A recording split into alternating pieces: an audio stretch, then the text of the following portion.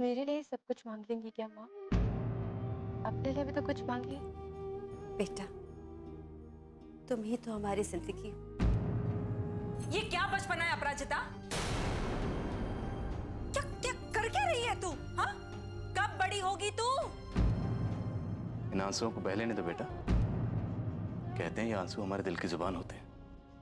ये वक्त नहीं देखते, खुशी हो या गम, ये छलक ही जाते। और जो हमसे दूर चला गया है, जिसे पाना नामुमकिन है, उसके बारे में सोच सोच कर हम दुखी हो रहे और अपनों को ही भूल जा रहे।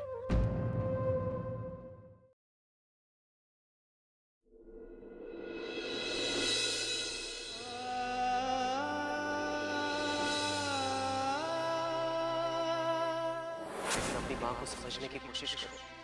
क्या समझूं पापा? क्यों समझूं? जिस बेटी के लिए इन्होंने इतने साल इंतजार किया, आज एक दस्तखत करके उसे हमेशा के लिए अपने से दूर कर दिया।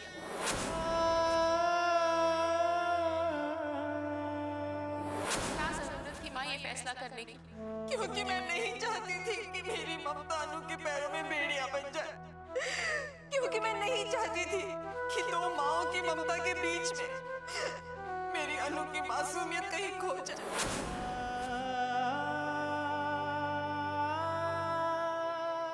लक्ष्मी ने अनु को गोद देने का फैसला तो ले लिया था, मगर अंदर ही अंदर बहुत दुखी थी वो इस बात से। पता नहीं अभी कैसी होगी वो। मैं अपराजिता को फोन करके पूछता हूँ।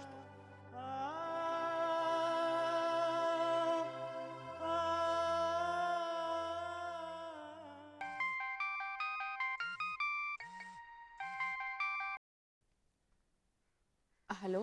हाँ बेटा, कैसी है तू? मैं भी ठीक हूँ। आप कैसे हैं?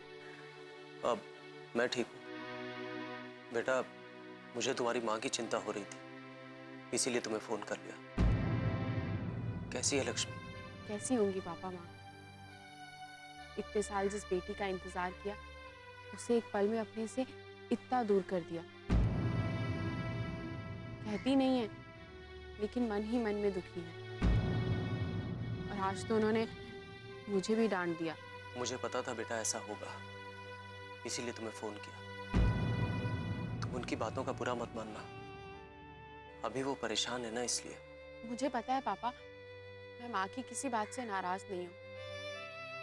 हाँ, उनके फैसले से नाराज जरूर थी, लेकिन अब जो हो गया है उसके बारे में सोचकर क्या होगा। बेटा, अपनी माँ का ध्यान रखना, ठीक है?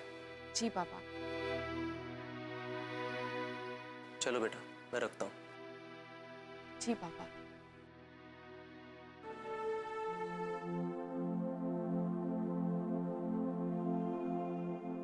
अपराजिता से बात कर रहे थे आप? हाँ, वो लक्ष्मी बहुत रो रही थी ना अनु को लेकर, बस यही पूछ रहा था। आप भी तो बहुत दुखी लग रहे हैं। हाँ कावेरी, पता नहीं ऐसा क्यों लग रहा है कि अनु बिल्कुल पराई हो गई। कहाँ माता पिता का सपना होता है बेटी को विदा करने का, लेकिन हमने तो उसे और हमारे सपने को किसी और को ही सौंप दिया। जी छोटा मत कीजिए जी। अनु नहीं है तो क्या हुआ, अपराजिता भी तो आप ही की बेटी है। वाह, क्या बात है माँ। आप उन लोगों के लिए परेशान हो रही हैं जो आपकी कुछ नहीं लगती, और यहाँ आपका अपना बेटा, उसकी आपको फिक्र ही नहीं है। अभिमान में तुम्हें बस कीजिए, अब फिर से समझाने की जरूरत नहीं है कि वो मेरी बहनें हैं, मुझे ऐसे बात नहीं करनी चाहिए। आप लोग जो मेरे साथ कर रहे हैं ना, वो मैं भूलूंगा नहीं।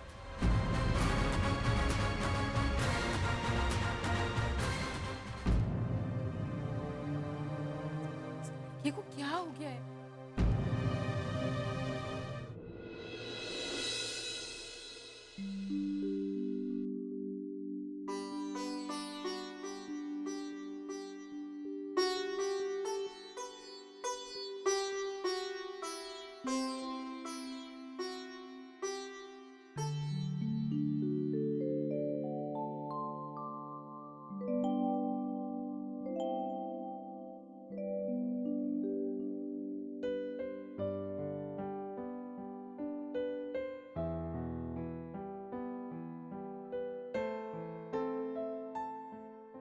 सब कुछ आ गया, चटनी लाना भूल गई।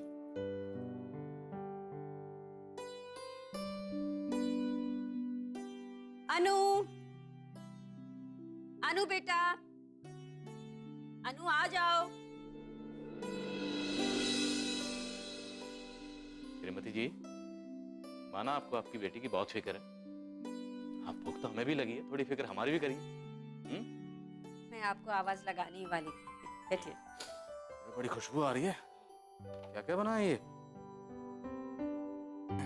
वाह, शाही पनीर, पूरी, खीर, पुलाव, क्या बात है, इतना खाना?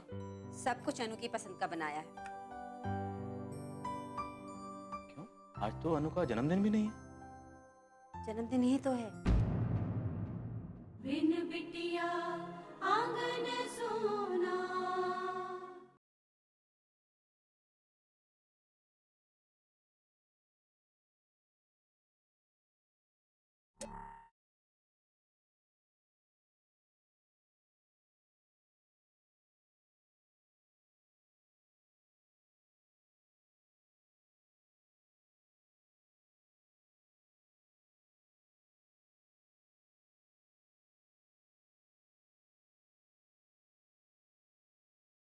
बिन बिटिया आंगन सोना। खीर, पुलाव, क्या बात है, इतना खाना? सब कुछ अनु की पसंद का बनाया है। क्यों, आज तो अनु का जन्मदिन भी नहीं है।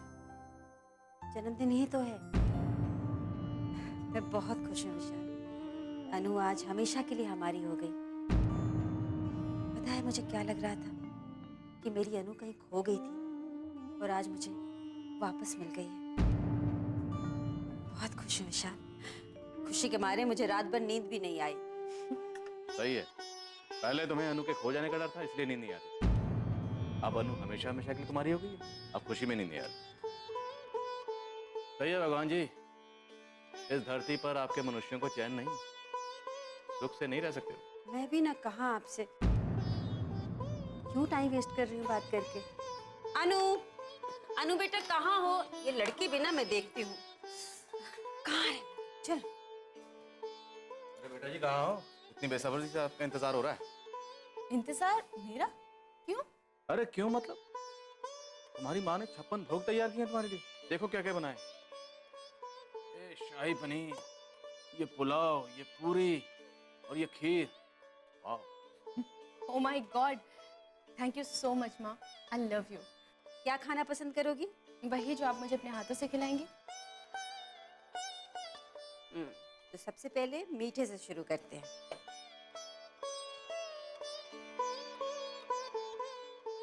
खाकर बताना कैसी बनी है।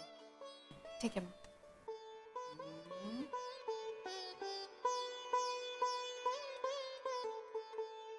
वाह माँ, इट्स डिलीशियस, बहुत टेस्टी है। सच में? ओ, तो माँ बेटी का हो गया हो तो मुझे भी थोड़ा खाना खिला दो। सॉरी पापा, इट्स माय डे टुडे, है ना माँ? यस बेटा। सॉरी। पापा को खाना खिला ही देते। ठीक है, लेकिन थोड़ा सा आप भी खा लीजिए। Thank you.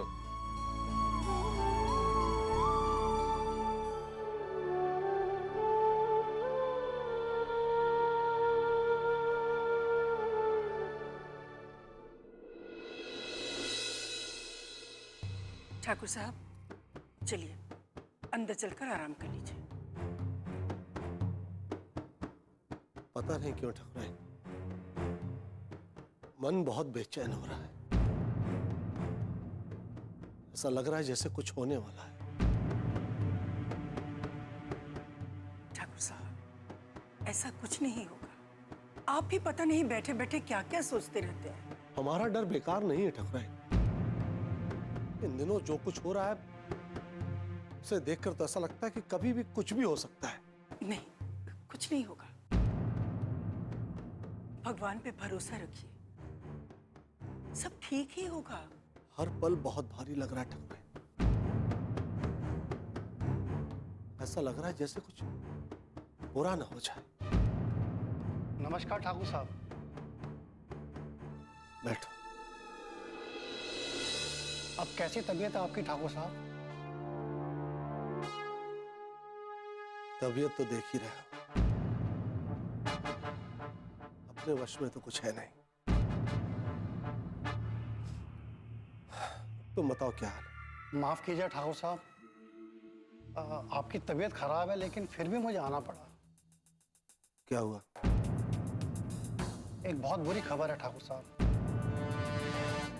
अब ठाकुर साहब,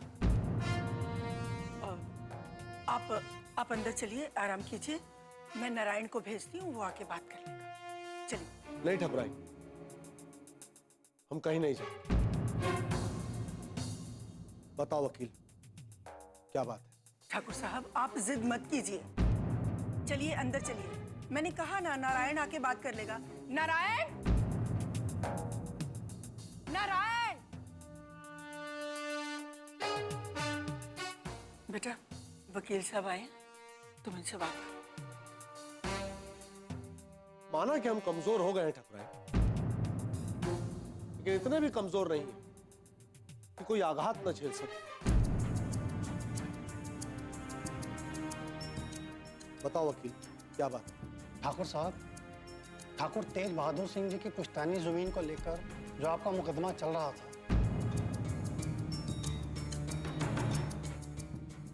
वो मुकदमा आप हार गए। वो मुकदमा आप हार गए। बिन बिटिया आंगन सोना।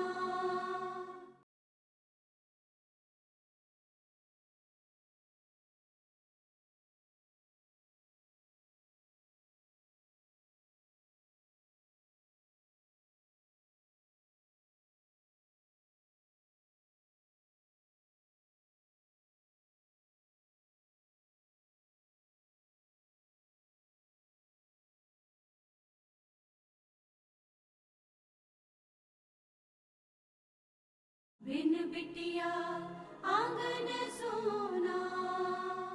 ठाकुर तेज बहादुर सिंह जी की पुश्तैनी जमीन को लेकर जो आपका मुकदमा चल रहा था,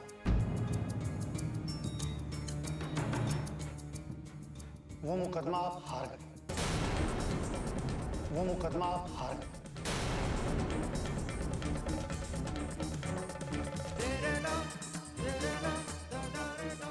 हे भगवान, ये क्या हो गया? वो मुकदमा आप हार गए।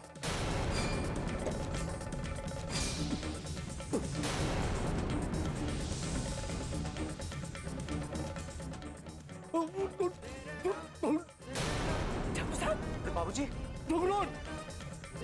ठाकुर साहब, क्या हो गया आपको? बाबूजी, ठाकुर साहब, क्या हो गया आपको? ठाकुर साहब, क्या हुआ ठाकुर साहब? नारायण, जल्दी से डॉक्टर को फोन लगा। ठाकुर साहब, हे भगवान।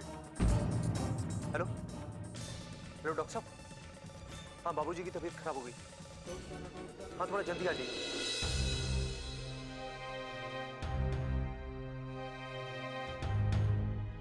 सांस लीजिए।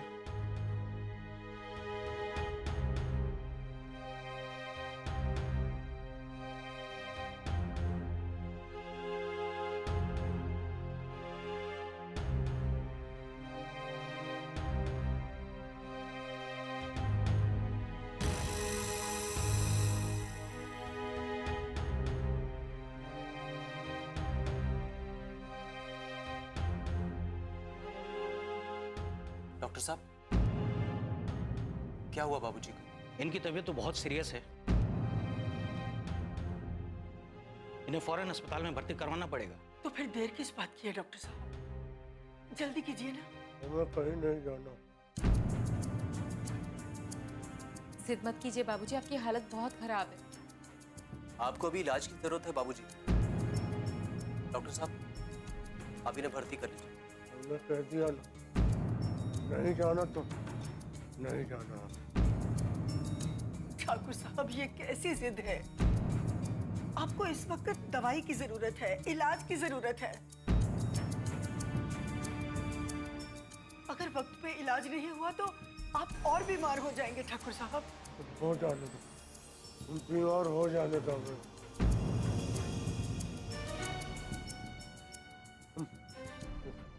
कल मरते, आज मर जाए। कम से कम अपनी आंखों के सामने अपने घर की बर्बादी तो नहीं देखनी पड़ेगी। मगर बाबूजी। बस तुमने कह दिया, कोई बहस नहीं।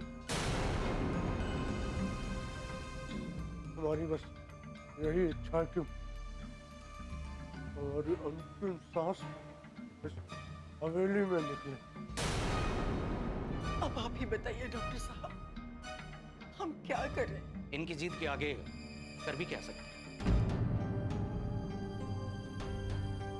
कुछ दवाइयां लिख देता हूं, मंगवा लीजिएगा और कंटिन्यू इन्हें देते रहिएगा।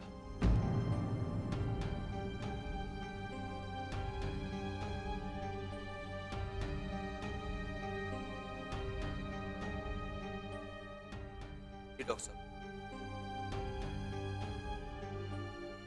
अच्छा, अब मैं चलता हूं। जी चलिए।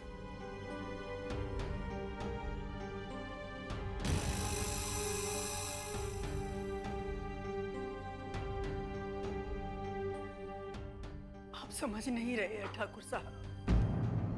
अगर आप इसी तरह जिद करते रहे तो वक्त से पहले ही सब खत्म हो जाएगा। खत्म ही तो हो रहा है ठकुराइन, सब खत्म हो रहा है। लक्ष्मी और अपराजिता जिनके हाथों हमारे खानदान का उद्धार लिखा था, उन्होंने आने से मना कर दिया। अन्नू को लेकर तो थोड़ी सी उम्मीद जगी थी, वो भी अब कभी नहीं आएगी। वो भी पराई हो गई।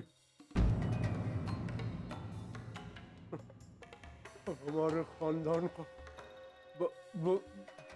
बर्बाद होना निश्चित है। अंत को करीब है हमारे परिवार का।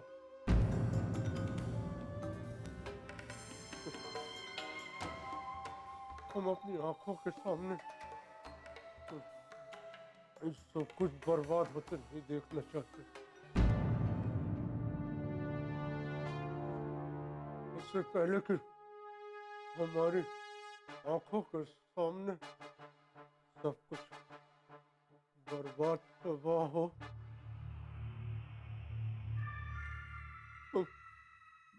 हम अपनी आंखें बंद कर लेना चाहते हैं। ठकुराइन, हम जीना नहीं चाहते।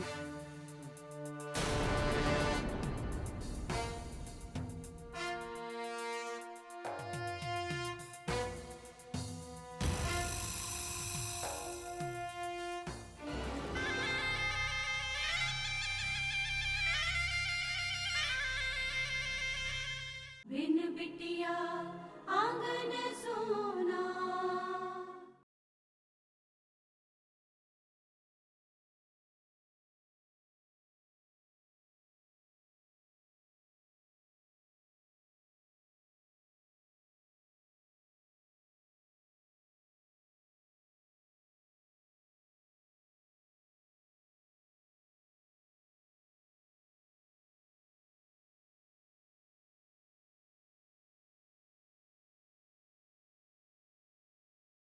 बिन बिटिया आंगन सोना।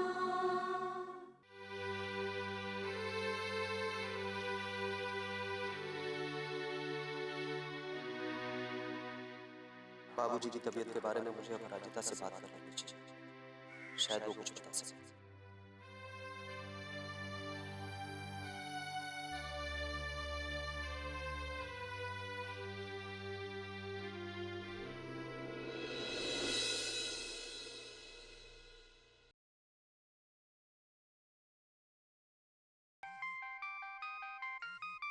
हेलो। बेटा, बाबूजी की तबीयत और ज्यादा खराब हो गई, लकवे का असर और बढ़ गया। कैसे? क्या वो टाइम पर दवाइयाँ नहीं ले रहे? दवाइयाँ तो सब ले रहे हैं बेटा, लेकिन पता नहीं क्या हो रहा है। शायद मन ही मन बहुत घबरा है। हर वक्त एक ही बात बोलते हैं कि मेरा परिवार बर्बाद हो जाएगा, मेरा खानदान तबाह हो जाएगा, कोई नाम लेने वाला नहीं बचेगा। बस इसी तरह की बातें करते हैं। इस तरह तनाव से तो परेशानी और बढ़ेगी। पापा प्लीज उन्हें कहिए कि आराम करें, रिलैक्स करें, ज्यादा मत सोचें। कह दिया बेटा, लेकिन वो मानते ही नहीं। एक ही रट लगाया है कि मेरी रूठी हुई पोतियां और लक्ष्मी इस घर में आ जाए। मुझे तो कुछ समझ नहीं आ रहा कि क्या करूं। माँ भी इस बात को लेकर बहुत दुखी है। मैं समझ सकती हूँ। अच्छा, मैं दादाजी को देखने आती हूँ। नहीं बेटा, इसकी जरूरत नहीं। डॉक्टर आके देख के गया। उन्होंने अस्पताल में भर्ती करने के लिए भी कहा, लेकिन वो इसके लिए भी तैयार नहीं। अरे उनकी जिद तो तुम जानती हो ना।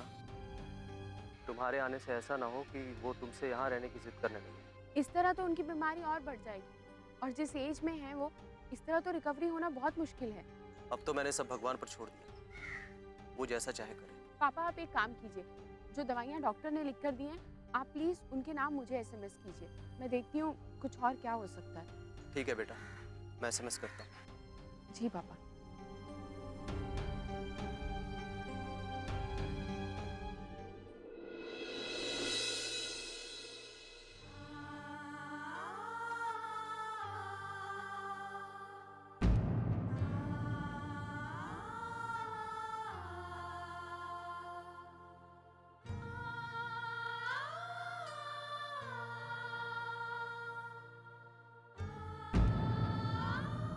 हमारे खानदान का बर्बाद होना निश्चित है।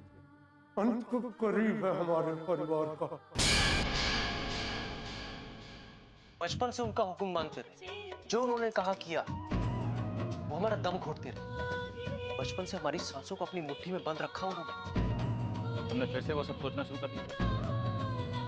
देखो प्लीज, बड़ी मुश्किल से शांति आई है, शांति बनी रहने दो। ये सब बातें मत सोचो प्लीज। आप दोनों से हाथ जोड़कर विनती है कि अनु को मेरे साथ मेरे घर भेज दें। आपका खानदान बर्बाद हो जाए, आपका परिवार तबाह हो जाए, तो मुझे कोई फर्क नहीं पड़ता, क्योंकि जिन ठाकुर साहब ने लोगों को अपनी ड्यूटी समझकर तबाह और बर्बाद किया, उसका हश्र यही होना चाहिए।